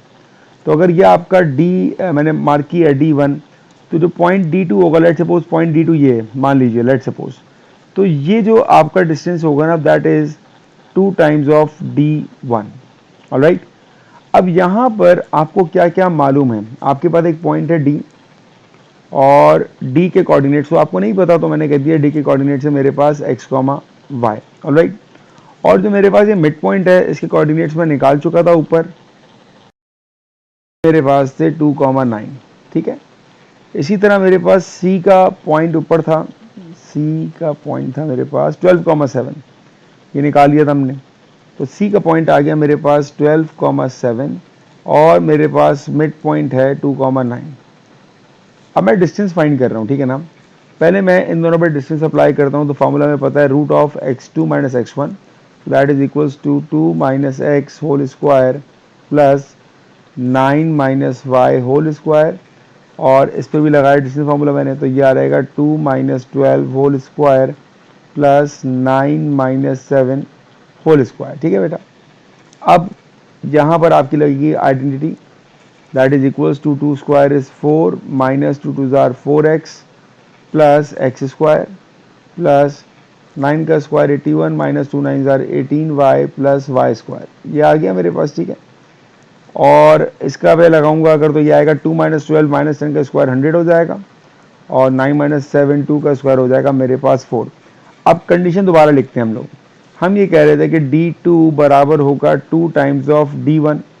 तो d1 मेरे पास वैल्यू क्या आ गई है, मेरे पास तो d1 की वैल्यू आ चुकी है, तो that is equal to 2 times of d1 is what, it's 104, and what is d2, ये पूरी इक्वेशन लिख रहा हूँ मैं d2 पर। क्या है भाई मेरे पास, it's 4 minus 4x plus x square, अच्छा 81, चले अभी तो मैं ऐसे ही लिख रहा हूँ 81 इसको, फिर मैं बाद में इसको एडअप कर दूंगा 18y प्लस वाई स्क्वायर। अब अगर मुझे यहाँ पे रूट को कैंसिल करना है, so I need to apply squaring on both sides, ठीक है। स्क्वायरिंग आपने दोनों साइड पर अप्लाई कर दी। अब ये रूट और स्क्वायर कैंसिल हो गया दोनों साइड पर, और 4 अपनी जगह आ जाएगा, 4 इंटू 104, ये आगे राइट साइड। लेफ्ट साइड पे आप देखें मैंने लिखा मैंने x square minus 4x plus 81, चलिए पहले लिख देते हैं यहाँ पर वाई स्क्वायर माइनस 18y, और ये आ जाएगा मेरे पास 81 plus 4 that is equals to 85। That is my first equation ना। इस इक्वेशन में x भी आ रहा है y भी आ रहा है, तो दैट ये मेरी आ गई पहली इक्वेशन। इसका मतलब ये हुआ कि अब मुझे एक इक्वेशन और चाहिए। पास यहाँ पर ये जो पूरी लाइन बन रही है जहाँ पर ये पॉइंट लाई कर रहा है, आपके पास इसकी भी तो इक्वेशन है, ऊपर हम निकाल चुके थे ना। दैट इज इसकी इक्वेशन की बात करूँ परपेंडिकुलर लाइन की, तो ज़रा ऊपर जाके हम देखते हैं हमने क्या निकाली थी इक्वेशन। एक y की फॉर्म में हमने इक्वेशन निकाली थी ना, ये वाली इक्वेशन क्या है, 5y plus x equals to 47। तो 5y plus x equals to 47, ये इक्वेशन मैं ऊपर निकाल चुका था। ऑलराइट, तो ये मेरे पास इक्वेशन आ गई। अब मैंने यहाँ पर किसी को बनाना है सब्जेक्ट, तो लेट सपोज मैं कहता हूँ x को बना रहे हैं, तो x क्या आ जाएगा 47 माइनस 5, ये आ गया 47 माइनस 5 वहाँ से आएगा। तो अब मैं क्या करूँगा, मैं इस x की वैल्यू को यहाँ पर प्लेस करना स्टार्ट कर दूँगा, ठीक है। तो पूरी इक्वेशन में एक ही अननोन आएगा मेरे पास y, तो मैं आराम से सिंप्लीफाई कर लूँगा y के लिए। अब ये आ रहा है x square minus 4x plus y square minus 18y plus 85 equals to 4 times 104, इसको हम कैलकुलेट कर लेते हैं ज़रा। So 4 into 104 is equals to 416, तो ये आ गया मेरे पास 416, और यहाँ पर आ गया 47 माइनस 5y और 47 माइनस 5y। सिंप्लीफाई करते हैं इसको, 47 का स्क्वायर इज इक्वल्स टू 2209, तो ये आया 2209 माइनस 2 5 ज़ा 10, 10 into 47 it's 470y plus 25y square minus 4 into 47 is equals to 188 minus minus plus 4 5 ज़ा 20y plus y square minus 18y plus 85 equals to 416, ठीक है जी। अब ज़रा इसको अरेंज करते हैं, पहले आया मैं लाइक वाइज टर्म को मैं सिंप्लीफाई करता हूँ। 25y स्क्वायर और y स्क्वायर ये आ जाएगा 26y स्क्वायर। अब आए y पर, माइनस 470y और प्लस 20 और माइनस 18, तो ये हो जाएगा मेरे पास 20 माइनस 18 माइनस 470 468 माइनस का 468y। अब आते हैं नंबर्स के ऊपर ना। नंबर्स कौन कौन है मेरे पास यहाँ पर, नंबर्स मेरे पास आएगा 2209 आएगा, ठीक है 2209, -188, तो 2209 -188 ये आ गया 2021, और 2021 के बाद ये आ गया 85, तो प्लस मैंने कर दिया 85, दैट इज इक्वल्स टू 2106। 2106 ये 416 यहाँ पर आएगा, तो माइनस का 416 इक्वल्स टू 0, तो 216 माइनस 416 ये आ जाएगा 1690, तो 26y square minus 468y plus 1690 equals to 0। अब मैं यहाँ पर क्वाड्रेटिक फॉर्मूला अप्लाई कर दूंगा, डायरेक्टली इक्वेशन कैलकुलेटर में पुट कर दूंगा, तो मेरे पास ए बी सी की वैल्यू आ गई। तो जब मैंने सिंप्लीफाई किया बाय यूजिंग कैलकुलेटर, डायरेक्ट मैंने इक्वेशन कैलकुलेटर में प्लेस कर रहा हूँ, फॉर्मूला अप्लाई हो जाएगा।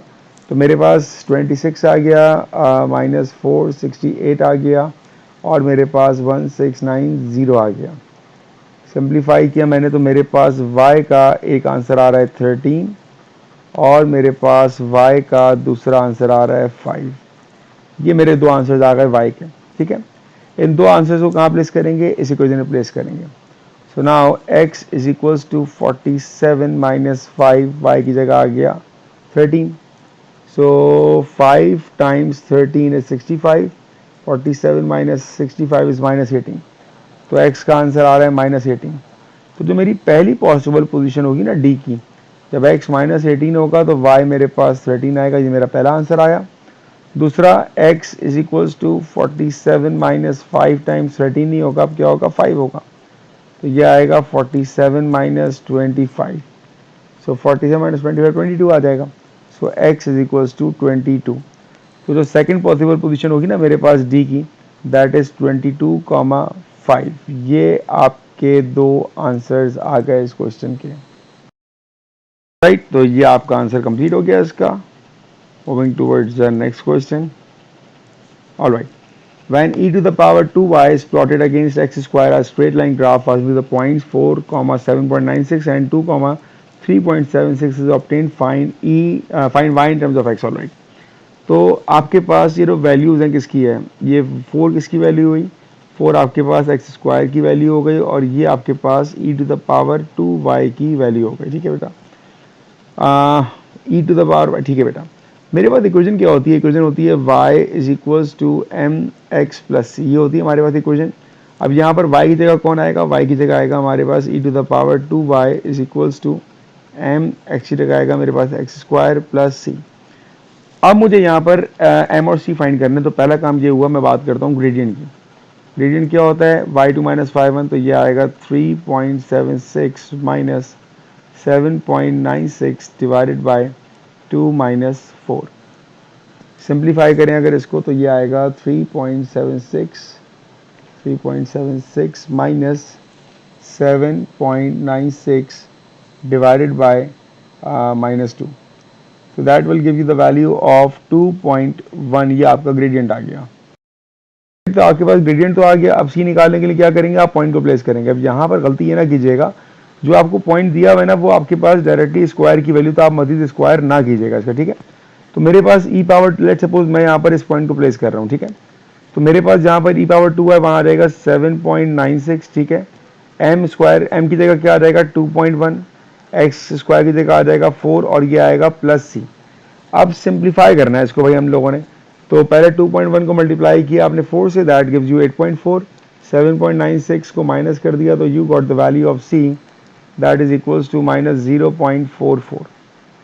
ऑलराइट, अब मेरी इक्वेशन क्या बनी, मेरी इक्वेशन बनी e power 2y is equals to, मैं क्या कर रहा हूँ इक्वेशन को, मैं यहाँ पर वैल्यू प्लेस कर रहा हूँ एक्स और वाई की।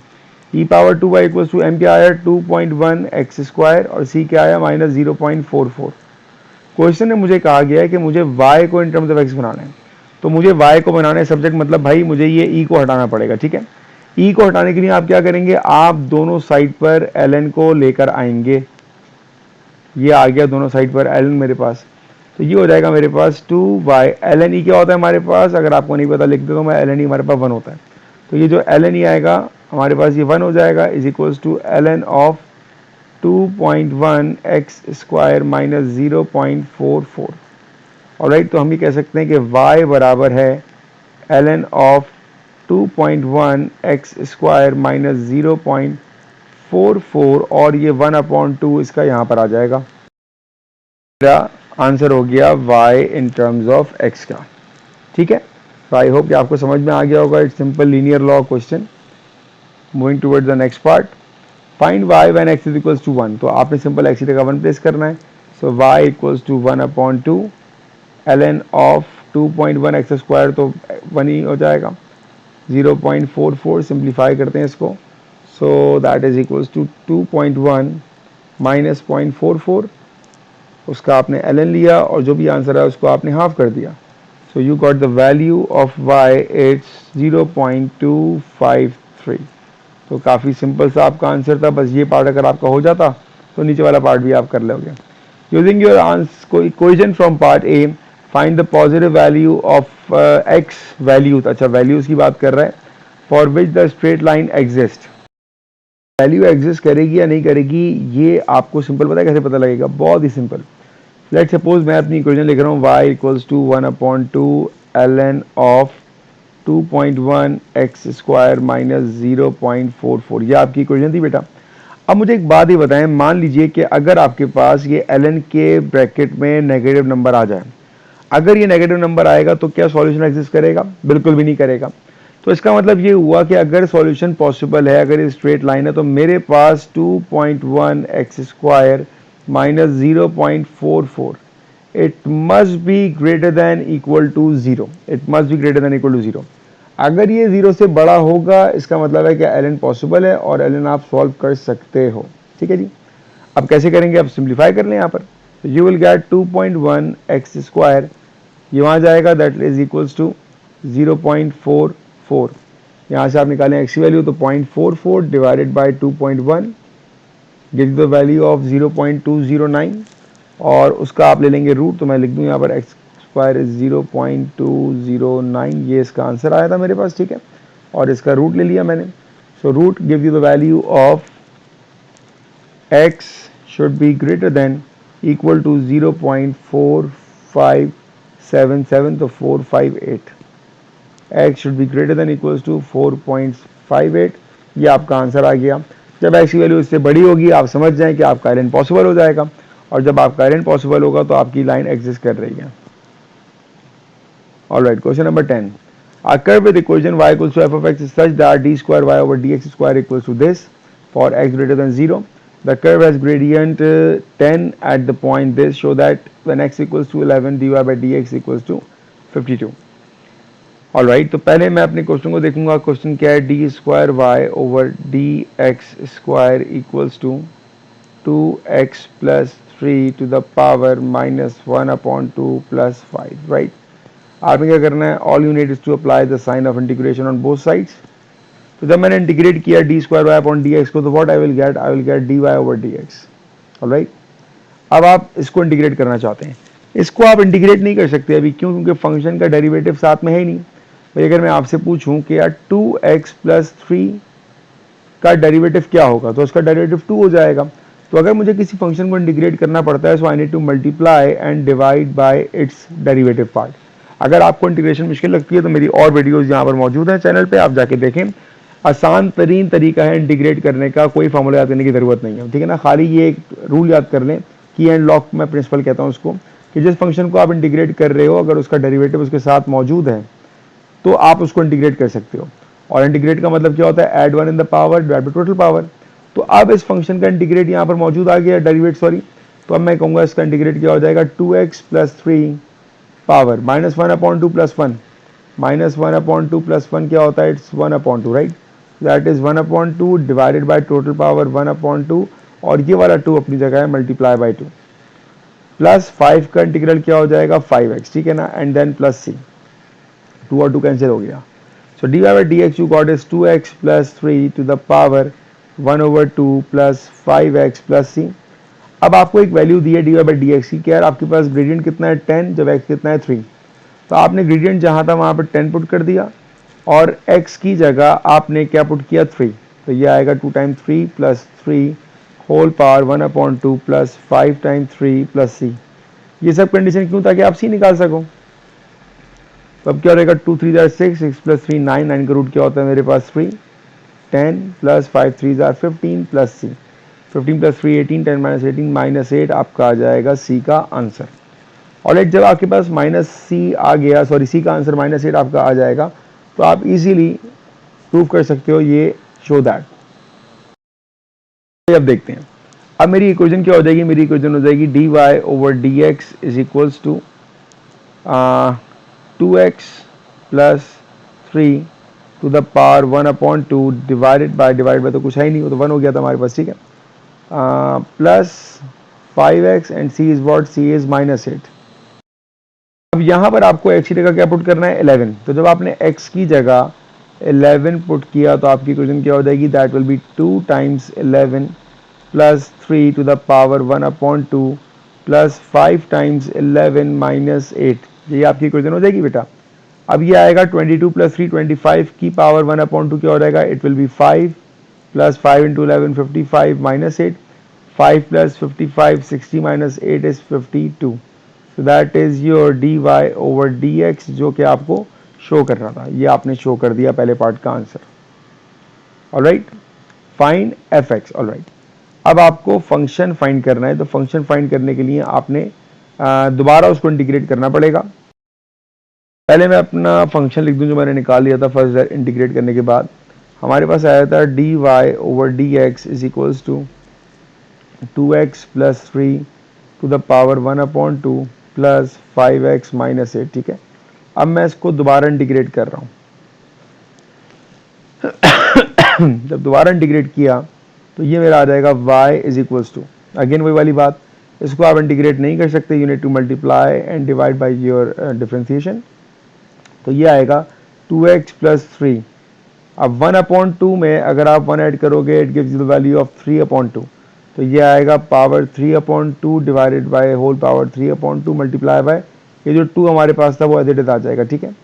5x का इंटीग्रल क्या हो जाएगा, 5x स्क्वायर अपॉन 2 माइनस 8 का इंटीग्रल 8x प्लस, अब आप यहाँ c नहीं ले सकते, you need to introduce d e f g कुछ भी करेंगे c के अलावा। अब c निकालने के लिए आपके पास क्या है बेटा, आपके पास c निकालने के लिए पॉइंट दिया हुआ है, आपके पास पॉइंट है 3 कॉमन 19/2, राइट। तो जहाँ पर x होगा वहाँ 3, जहाँ y होगा वहाँ 19/2, जहाँ y होगा वहाँ 19/2 इज इक्वल्स टू, जहाँ पर ये कैंसिल हो जाएगा, जहाँ पर x होगा वहाँ 3 आएगा, तो 2 3 6 plus 3 to the power 3/2 divided by 3 plus, जहाँ पर x होगा वहाँ 3 3 का square 9 5 45 divided by 2 minus 8 3 24 plus d। Simplify कर लेंगे इसको इजीली हमारे लिए, 6 प्लस 3 9, 9 क्या होता है मेरे पास, ये हो जाएगा 9 की power 3/2, right, divided by 3 plus 45/2 minus 24 और ये आ गया 19/2 प्लस डी। अब ज़रा इसको हम सिंप्लीफाई करते हैं तो सब चीज़ों को कैलकुलेटर में लिख देते हैं हम लोग। तो 9 to the power 3/2 it's 1.5, that is 27 divide by 3, ये आ गया मेरे पास 9। ऑलराइट, ये सॉल्व करके आ गया मेरे पास 9, 45 डिवाइडेड बाई 2 माइनस 24, इसका आंसर क्या आ रहा है मेरे पास, इट्स माइनस 3/2, मतलब minus 1.5 plus d is equals to 19 divided by 2। So 19 divided by 2 ये आ जाएगा मेरे पास 9.5 minus 9 and plus 1.5। So you got the value for d is equals to 2। जब आपके पास d2 आ जाएगा तो आपने क्या करना है, बहुत ही सिंपल काम है, आपने इसमें आंसर प्लेस करना है। तो you got y is equals to 2x plus 3 to the power 3/2 divided by 3 plus 5x square upon 2 minus 8x plus 2। बस ये आपकी इक्वेशन का आंसर आ गया।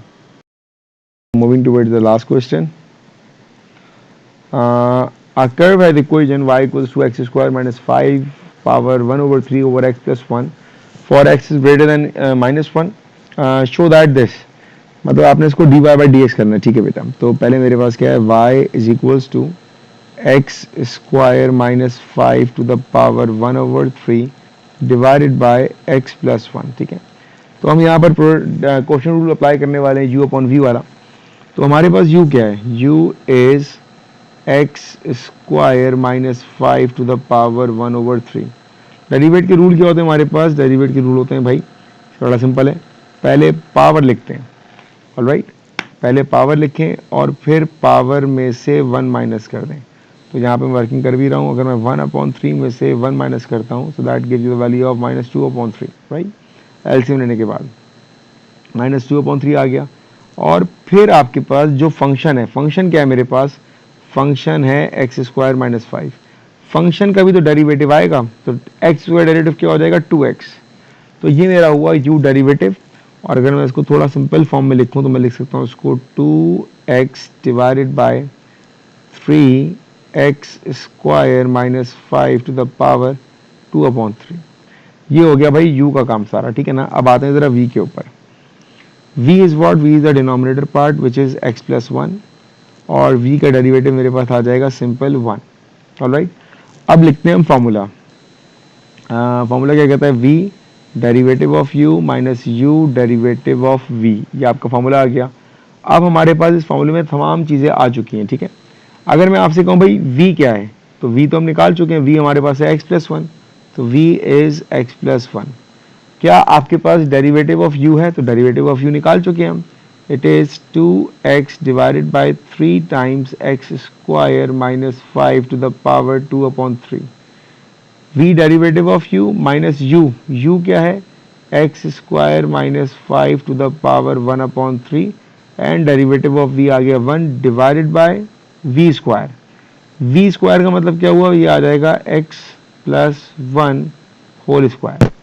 ये मैंने पूरा फार्मूला अप्लाई कर दिया, ठीक है ना। अब मुझे करना है इसको सिंप्लीफाई, क्योंकि जब मैं इसको प्रूफ दैट में देख रहा हूँ तो मेरे पास डिनोमिनेटर में ये आना चाहिए, ठीक है बेटा। अब सिंप्लीफाई करते हैं। न्यूमरेटर में मैंने लेना पड़ेगा एलसीएम, और एलसीएम किसका लेगा, 3x² - 5 पावर 2/3 ना। तो मैंने कहा ये एलसीएम आ गया 3x² - 5 टू द पावर 2/3। अब देखिए ये जो मेरा डिनोमिनेटर है ये इस वाली टर्म के पास है, इसका मतलब है ये इससे मल्टीप्लाई होगा, ठीक है ना। ये टर्म तो एज इट इज आ जाएगी, मैं ब्रैकेट्स को मल्टीप्लाई करूँ तो ये आएगा 2x² + 2x माइनस, अब यहाँ पर मल्टीप्लाई होगा, कौन मल्टीप्लाई होगा, x² - 5 इस पूरे से आके मल्टीप्लाई हो जाएगा, तो ये हो जाएगा 3x² - 5 की पावर 1/3 तो थी। जब ये एलसीएम वाली पावर आके मल्टीप्लाई होगी ना तो ये हो जाएगा +2/3। ये एलसीएम लिया मैंने, ठीक है ना। लिख रहा हूँ यहाँ पर क्या एलसीएम हुआ है यहाँ पर। और डिवाइड में क्या है हमारे पास, होल डिवाइड में क्या है, x+1 का होल स्क्वायर, ये चल रहा है, ठीक है जी। अब हमारा आंसर आने ही वाला है, हम आंसर के काफ़ी करीब आ चुके हैं। ऑलराइट, अब देखिए क्या हो रहा है भाई, 2x² + 2x - 3 x² - 5 1/3 + 2/3 क्या हो जाएगा, सिंपल 1 हो जाएगा ये तो, डिवाइडेड बाय ये नीचे आ जाएगा तो ये होगा मेरे पास 3x² - 5 to the power 2/3 multiply by x+1 whole square. यहाँ तक क्लियर हो गया। अब मेरा न्यूमरेटर सॉल्व हो रहा है यहाँ पर, ठीक है ना। कैसे देखें, 2x² + 2x - 3x² minus minus plus 15 divided bye, किससे डिवाइड हो जाएगा, जो मेरा लिखा हुआ है ब्रैकेट में क्या लिखा है भाई, 3 टाइम्स x+1 होल स्क्वायर, ठीक है, multiply by x² - 5 to the power 2/3। तो आपका न्यूमरेटर क्या बन गया, न्यूमरेटर आपका बन जाएगा -x² + 2x + 15, ये आ गया न्यूमरेटर। डिवाइड में आपका डिनोमिनेटर क्या आ रहा है, डिनोमिनेटर आ रहा है 3x+1 whole square times x² - 5 to the power 2/3। ये आपका वही एक्सप्रेशन आ गया जो कि आपको दिया हुआ है। अब अगर आप इसको कंपेयर करें तो क्या आपको मिल रहा है कि आपके पास ए बी की वैल्यूज आ चुकी हैं, कंपेयर करके आपको इजीली मिल सकती हैं वैल्यूज, ठीक है जी। क्या वैल्यूज आ रही हैं आपके पास, तो आपके पास ए का आंसर आ जाएगा -1, ठीक है। क्यों आएगा भाई, अच्छा क्यों आएगा, देखिए ए कौन है, जो स्क्वायर के साथ लिखा हुआ है, ठीक है। तो मेरे पास ए की वैल्यू आ रही है -1, मेरे पास बी कौन है, जो एक्स के साथ लिखा हुआ है दैट इज़ 2, और सी कौन है जो कांस्टेंट है दैट इज़ 15। ये मेरे पास आंसर आ गया -1, 2 और 15, ठीक है। ये मेरे पास पहली प्रूफ दैट हो गया। अब आते हैं आगे हम लोग, moving towards the next part. It says find the x coordinate of the stationary point on the curve. अब आपको यहाँ पर एक कंडीशन पता होनी चाहिए। क्या मतलब होता है स्टेशनरी पॉइंट का? बहुत सिंपल है कि जिसको आप डेरिवेट कर रहे हो ना इक्वल टू 0 कर दो और आप एक्स वैल्यू निकाल लो यहाँ से। तो मैंने डेरिवेटिव वाला पार्ट ऊपर कर लिया था। D y by d x जो हमारा आंसर था वो ये आंसर आया था। So that is minus x square plus 2x plus 15 minus x square plus 2x plus 15 divided by 3 times x plus 1 whole square और इसके बाद क्या था x प्लस 1 होल स्क्वायर और x square minus 5 power 2/3 x square minus 5 to the power 2/3। Alright, ये आ गया आपके पास। अब इसको आप सिंपल कर दो इक्वल टू 0। डिनोमिनेटर को सिंपल करने की जरूरत ही नहीं है, ये हमारे का 0 हो जाएगा। अब बचा आपका न्यूमरेटर, ये आ गया minus x square plus 2x plus 15 equals to 0। मैं सबके साइन चेंज कर रहा हूँ ताकि स्क्वायर मेरा पॉजिटिव में आ जाए। X square minus 2x minus 15 equals to 0। अब यहाँ पर आपने करनी है इसकी मिडिल टर्म बेटा, तो ये आ रहा है 5 और 3, तो ये आ जाएगा x square minus 5x plus 3x minus 15 equals to 0। x minus 5 plus 3x minus 5 equals to 0। Simplify किया आपने, you will get x minus 5 equals to 0 and x plus 3 equals to 0। तो आपके पास x के दो आंसर्स आ गए यहाँ से, x is equals to 5 and x is equals to minus 3। ये आपकी x की वैल्यूज है जो उसने फाइंड करने का आपको कहा था। लेकिन अगर आप क्वेश्चन रीड करें अपना, तो क्वेश्चन में उसने एक कंडीशन आपको बताई हुई है, yes this one. It says x is greater than -1। तो अगर x ग्रेटर देन -1 होना चाहिए, इसका मतलब ये हो गया कि हमारी एक वैल्यू रिजेक्ट हो जाएगी, यहाँ पर एक सिलेक्ट। तो हमारा जो फाइनल आंसर होगा वो ये होगा, उसको हम रिजेक्ट कर देंगे because it is lesser than -1, तो इसको हम रिजेक्ट कर देंगे। ठीक है, explain how you could determine the nature of this stationary point. You are not required to find the nature of this stationary point. सवाल का मीनिंग क्या हुआ? सवाल का मतलब ये हुआ कि आपने यहाँ पर सेकंड डेरिवेटिव फाइंड करने का बोला ही नहीं है। उसने कहा आप बताएं आप डिटरमाइन कैसे करेंगे। तो हम यहाँ पर जो हम फाइंड करते हैं उसी को लिखेंगे। हम यहाँ पर ये बताएंगे कि यार हम निकालते क्या है, हम निकालते हैं second derivative that is d square y over d x square. Alright, कहाँ निकालेंगे? At x is equals to 5 जो हमने वैल्यू निकाली है। और ये करने के बाद अगर इसका आंसर हमारे पास 0 आ जाएगा तो हम ये कंक्लूड करेंगे कि हमारे पास इस फंक्शन की मिनिमम वैल्यू है। ऑलराइट, और अगर हमने सेकंड डेरिवेटिव निकाला d square y upon d x square, कहाँ निकाला? जब x की वैल्यू 5 है। और अगर ये आंसर हमारा लेसर देन 0 आ जाएगा तो हम ये कंक्लूड करेंगे कि हमारे पास जो फंक्शन है वो मैक्सिमम वैल्यू फंक्शन है। आपको स्टेटमेंट लिखनी थी, आपको कोई प्रूव नहीं करना था, और इसी के साथ साथ हमारा ये पेपर ख़त्म हो गया। ठीक है, आई होप कि ये वीडियो आपके लिए काफ़ी बेनिफिशियल होगी और उसमें जो ट्रिकी पार्ट्स है वो आपको समझ में आ गए होंगे। अगर कोई भी चीज़ आपको समझ में नहीं आई तो कंटेंट आपको मेरे चैनल पे मिल जाएगा, जाके देखें, उसको सब्सक्राइब करें।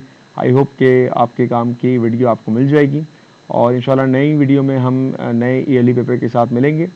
वीडियो अच्छी लगी हो, आपको लगा हो कि आपने कुछ सीखा है, तो ज़रूर लाइक